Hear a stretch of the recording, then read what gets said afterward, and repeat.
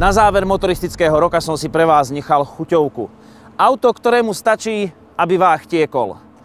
Tesla Model S 85 Plus nepotrebuje ani benzín, ani naftu.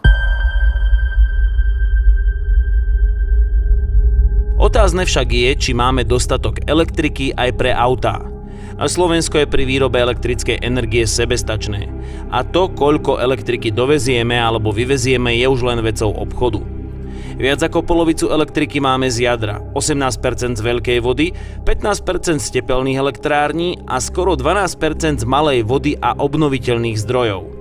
Našou najväčšou vodnou elektrárňou je rieka Váh a sústava vážskych kaskád. Tuto všetko začalo v Dolných Kočkovciach, kde vznikla hať pre prívodný kanál Strednej vážskej kaskády. Toto veľdielo hodné rešpektu začali stavať v roku 1932 a vtedy to bol začiatok revolučného využitia vodného potenciálu Váhu. Hoci Váh využívame na výrobu elektriny najlepšie z našich riek, aj tu sú isté nové možnosti. Toto je ukážka malej vodnej elektrárne, ktorá je postavená na tzv. Biologickom prietoku Hrádze. To znamená, že voda by tu tiekla tak či tak, ale my z nej energiu vieme využiť. A keď pracuje Kaplanová turbína vo vnútri teraz na plný výkon, tak by sme tu mohli súčasne, a to super nabíjačkou, nabíjať 3 takéto Tesly. Za 40 minút by mali baterky naládované na 80%. Inak povedané, táto elektrárnička by zvládla 30 kusov takýchto aut denne, alebo 100 Nissanov Leaf. A z toho vyplýva, že táto malá vodná elektráreň v Dolných Kočkovciach by denne dokázala nabíjať zatiaľ všetky na Slovensku registrované elektromobily. Nie je ich ani stovka a jednoduchou matematikou prídeme k tomu, že elektrický potenciál krajiny na osobnú mobilitu takmer vôbec nevyužívame. Tak toto je tá elektrická fascinácia na kolesách. Auto, ktoré zmenilo pohľad na elektromobilitu, ale zároveň auto, ktoré vzbudilo veľké očakávania, pretože oproti iným elektromobilom má nadštandardný dojazd a hlavne nadštandardný výkon. Na test sme dostali verziu P85+. Batérie s kapacitou zvýšenou na 85 kWh dokážu v bežnej praxi zabezpečiť dojazd okolo 440 km. Táto Tesla s výkonom 416 koní váži 2 tony, ale 100 pokorí za 4,3 sekundy. Pri rozumnom využití spotrebuje asi toľko elektrickej energie na 100 km, ako benzínové auto so spotrebou 2,6 litra benzínu. 320 kW užívam momentálne a je tam 130. A čo je zvláštne, nerobí to ten turbo efekt ako v Audi RS6. Ten ťah je veľmi kontinuálny, taký lahodný. To prvé hodenie tam nie je také ako v tých štvorkolkách, ale napríklad teraz mám 100 km za hodinu.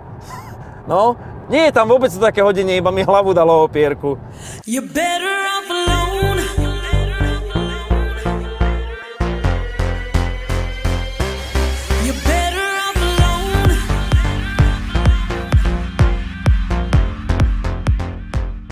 Ale pozerám, že do tejto obce dorazila kanalizácia, ešte to nie je vyasfaltované. Tak pre istotu si Teslu zdvihnem. Podobne ako u iných aut možno zdvihnúť pneumatický podvozok. Sedím ako v Range Roveri, pretože mám 21 palcové kolesá, nízky profil. Čakal som, že elektromobil, ktorý má nízko ťažisko, ktorý je nízko nad zemou, že bude aj taký tvrdý, taký trasúci sa. To vôbec nie je pravda. No, toto je Airmatic od Mercedes-Benz.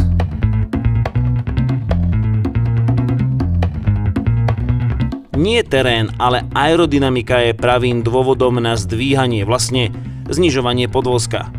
Čím ide elektromobil rýchlejšie, tým je podvozok nižšie. Napokon Tesla má ešte nižší koeficient odporu vzduchu ako Toyota Prius. A všetko je uhladené a akoby tvarované vetrom. A keďže pod prednou kapotou je batožinový priestor a nie nejaký spaľovací motor, nemusíte mať klasickú mriežku chladiča.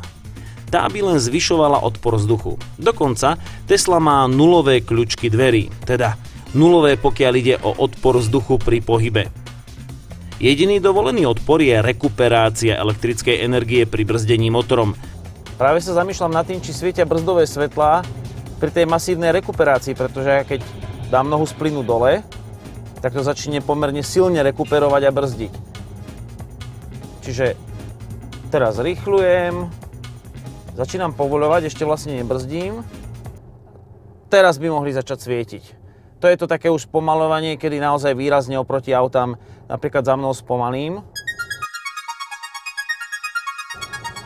Zobral som Teslu na jednu z ciest, ktoré sú tie staré šoférske. Podľa tých prvých poctivých štandardov.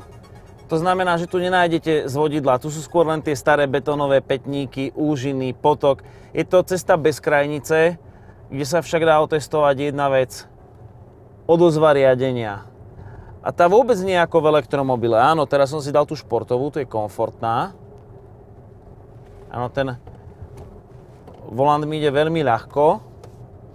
Je to čisto mestský štýl. Ale keď to dám na šport,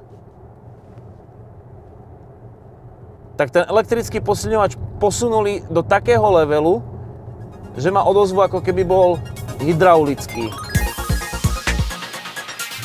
A tá jazda ma začína baviť s Teslou, pretože je komunikatívna. Ten podvozok robí to, čo chcem. Cítim sa ako v rakete. Teraz som cítil, ako stabilizácia zabrala na zadnej poháňanej náprave. Normálne si viem predstaviť, že mi tu niekto diktuje a ja idem s tým autom tak, ako sa patrí. Odozva brzd, všetkého, akcelerácie, to je to vyladené auto, napriek tomu, že z fabriky ešte nevyšlo možno ako úplne kompletné, hotové, ešte stále sa doľaďuje.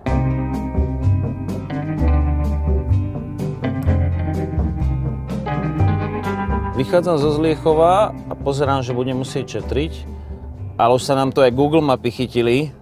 To znamená, že je tu 3G sieť. Tá projekcia na stredovom paneli je ako na tých najlepších tabletoch. Môžem si pozrieť posledných 10 km, 25 alebo 50. Od tohto dojazdu tesláckého mám odpočítané kilometre, ktoré som prešiel.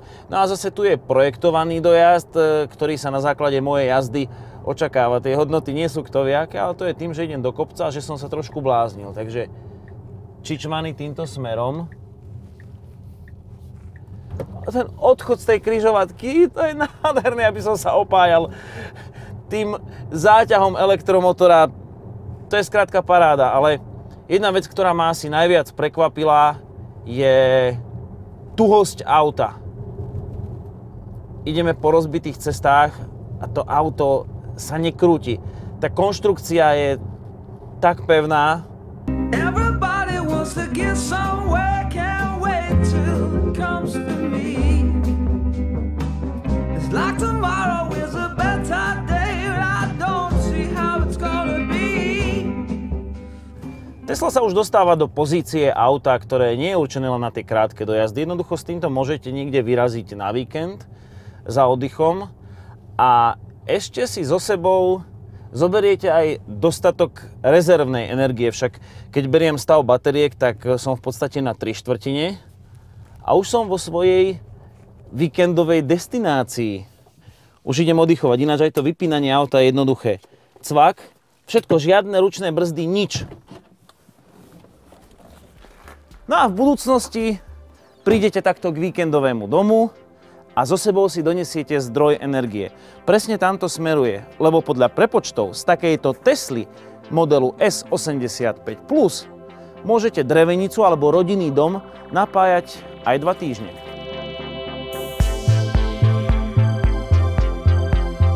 Pri pohľade na Teslu ešte jeden prepočet. Aby elektromobily zhltli kompletnú ročnú produkciu elektrickej energie na Slovensku, muselo by ich byť 71,5 milióna a každý z nich by ročne najazdil 25 000 kilometrov. Až vtedy by sme nemali doma čím svietiť. No urobil som vyše 100 kilometrov, dojazd mám ešte 263 a keď sa to tak zoberie, tak som si to aj užil smerom do kopca. Skúsenosť s Teslou mi trošku otvára obzory a už sa v podstate na to nepozerám iba ako na auto. Elektromobil, a zvlášť takýto, bude možno plniť viac funkcií. Môže to byť úschovňa solárnej energie, ktorú na vlastnom dome získate zo strechy, uložíte si ju v aute a buď ju použijete na jazdu, alebo ju potom pustíte späť do domu. Ten kolobeh je už vo svete pripravený, existujú solárne mestečká a myslím, že všetko je pripravené už na štartovej čiare. Akurát moja jazda sa končí a idem to do garáže nabiť. Toto je veľmi štýlové. A na tom nabíjaní sa mi páči jedna vec.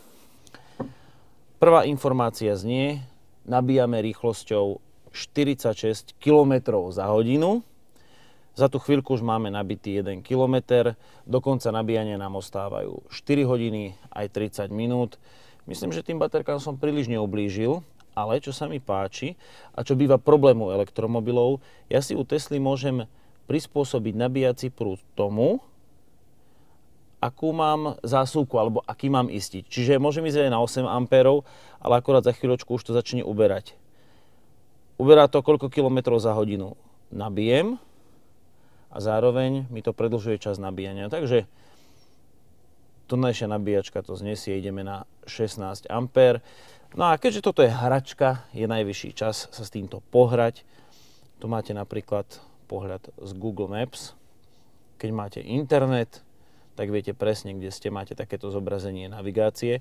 No a mňa celkom baví panel, ktorým ovládate napríklad strechu. No, hej, tu budeme mať viac svetla. Čiže môžem si takto nastaviť, že to chcem sem otvoriť, alebo to môžem stopnúť. A nakoľko je to elektromobil a s tým kúrením to nie je také ideálne a kúrenie míňa veľa elektrickej energie, tak je tu vykurovanie zadných sedačiek. Každé jedno sedadlo v Tesle má vlastné vyhrievanie, ktoré si môžete zapnúť a v podstate manažovať. Tu je panel, ktorým si ovládate zamykanie, odomykanie auta, napríklad aj osvetľovanie. Tu máme svetlá, tu sú len parkovačky, alebo automatický režim svetiel. Môžem ovládať displej, napríklad sa mi páči jeho nočný režim. Cvak. Kedy to absolútne neťahá oči, nebije to do očí. Nadišiel čas, aby som sa s Teslou rozlúčil. Nedávno boli Vianoce a viete, čo najradšej chlapi dostávajú na Vianoce? Hračky. A toto je jedna úžasná elektrická hračka, zároveň náznak budúcnosti. Ale čo ma asi najviac na tom všetkom fascinovalo, je skutočnosť, že Tesla predtým nikdy nevyrábala auta. Nie je to tradičný výrobca aut a po tej autovej podvozkovej stránke, po tej jazdnej stránke je to tak dobre urobené, to mi jednoducho nejde do hlavy.